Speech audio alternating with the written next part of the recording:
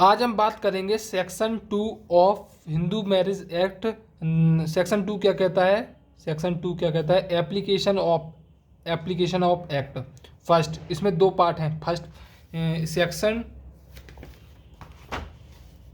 Section second of Hindu marriage act के दो part हैं, एक है फर्स्ट पार्ट, एक है एंड सेकंड पार्ट। फर्स्ट पहले ही पढ़ते हैं फर्स्ट पार्ट। फर्स्ट पार्ट में क्या है? दिस एक्ट अप्लाइज, मतलब ये एक्ट किस किस पे अप्लाइज करता है। लेकिन सबसे पहले पता है कि डेफिनेशन में लिखा है हिंदू मैरिज एक्ट, और मैरिज का एक्ट है तो सबसे पहले हिंदू पे तो करेगा, लेकिन एक्ट अप्लाइज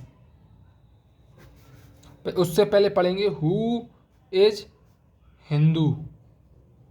हिंदू कौन है?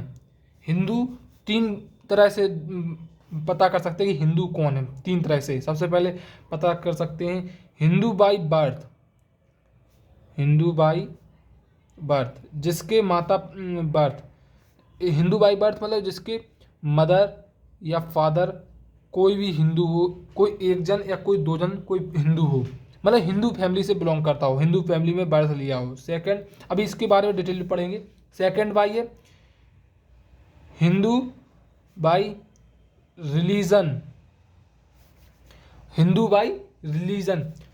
और second, third point last, those those who are not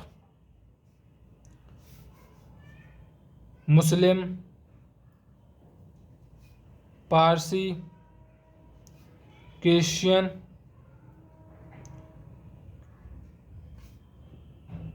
Jews. जो कि मुस्लिम ना हो, ना पारसी हो, ना क्रिश्चियन हो, ना ज्यूज हो, वो किस कैटेगरी में बिलोंग करते हैं? वो ऑलरेडी बिलोंग कर जाते हैं हिंदू कैटेगरी में। सबसे पहले हम बात, इसमें क्या लिखा है? फर्स्ट पार्ट का A, to any person who is Hindu by religion in any its form और development including Vaishnava and Lingayat और a follower of the Brahma Prarthana and Arya Samaj. इसमें वैश्याज और लिंगायत, जो एक वैश्याज मुझे पता है, worship of Shiva, different religion group belong from Hindus, मतलब ये भी एक हिंदू ही के पार्ट हैं जो वर्शिप ऑफ शिवा, जो हिंदू के एक पार्ट है। हाँ बस, और जो ब्रह्म समाज को फॉलो करते हैं, प्रार्थना और आर्य समाज को। बी पार्ट क्या कहता है? To any person who is Buddhist, Jain और सिख बाय रिलीजन, जो भी पर्सन हिंदू में कहलाएगा तब वो बुद्धिस्ट में, जैनिज्म या सिखिज्म में हो बाय रिलीजन, तो वो भी हिंदू कहलाएगा। और तीसरा point, to any other person domiciled in the territory to which this act extends who is not a Muslim, Christian, Parsi और ज्यू। ये सबसे पहले हमने बात करी ली है इसमें।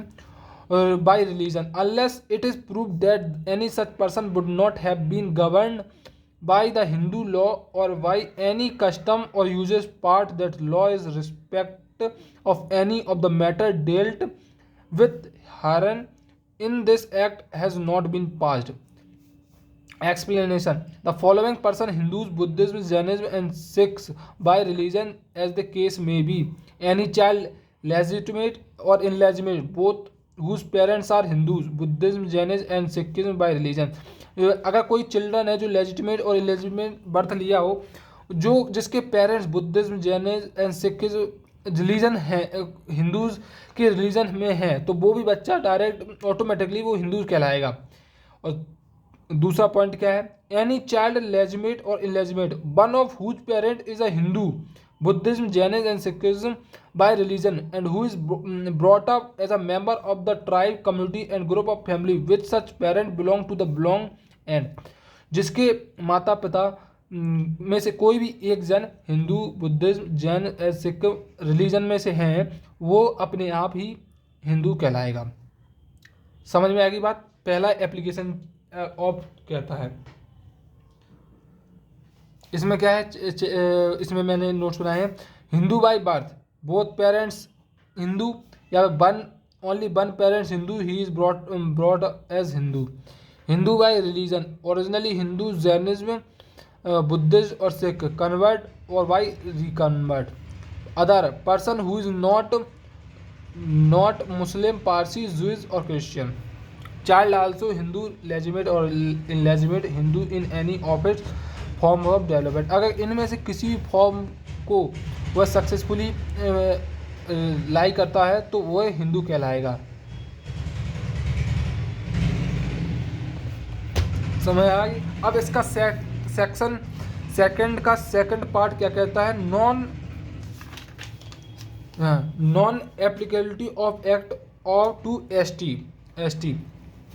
इसमें लिखा नहीं जो हमने लिखा है, इसमें क्या है, act is not applicable to member of S T within the meaning of article 366 part 25 unless the central government by notification by official gazette declared. अगर कोई भी गवर्नमेंट ऑफिशियली गैजेट डिक्लेयर कर देती है आर्टिकल 366 के जरिए Indian constitution, वह हिंदू ही कहलाएगा।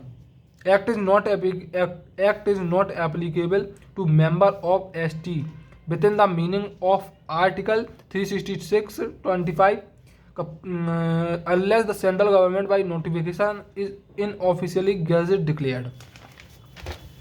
अगर आपको ये बात समझ में आ गई है तो अब इसके वो पढ़ते हैं, केस पढ़ते हैं। Note, KM Manu versus chairman secretary committee of verification of community certificate year 2015 supreme court 1402। If parent of a person are converted from Hindu to Christianity and he is born after the conversion embrace मतलब अपनाना Hinduism and the member of the caste accept him he come within the fold of caste. मतलब जो जैसे ही उनके माता पिता ने दूसरे क्रिश्चियन अपना लिया और उसके बाद वो बच्चा पैदा हुआ है तो उसके बाद वो उसी कास्ट का कहलाएगा।